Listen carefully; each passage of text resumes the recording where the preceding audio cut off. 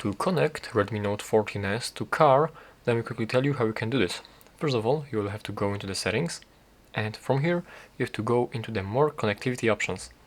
As you are here, you will have to scroll all the way down and go for the Android Auto. As you are there, let's press on this one, and if you're doing it for the first time, you will be actually forwarded into the application Google Play Store, since you will need to update this application first. So after you update this application, you'll have to go back into these more connectivity options and press on Android Auto, and you will be forwarded into this screen right here. So from now, all you simply have to do is just press this plus icon to connect a vehicle, and as you tap on this one, there are like around 3 ways to connect your phone with a vehicle. And the first one is you can simply plug your phone to the with a cable to your device, to your vehicle.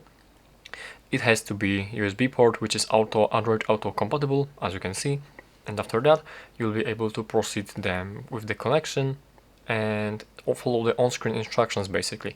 The next thing is you can connect using wireless Android Auto in case if you don't want to connect your phone with a vehicle using a cable.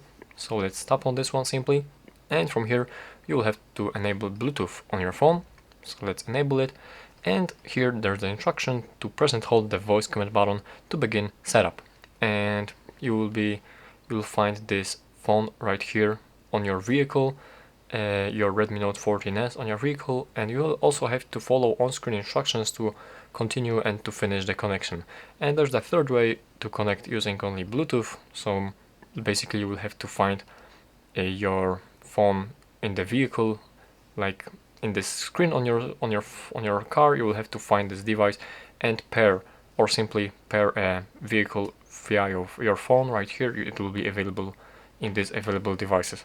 So this is basically how you can connect to a car. After that, you can simply follow on-screen instructions and complete the connection. It's pretty simple.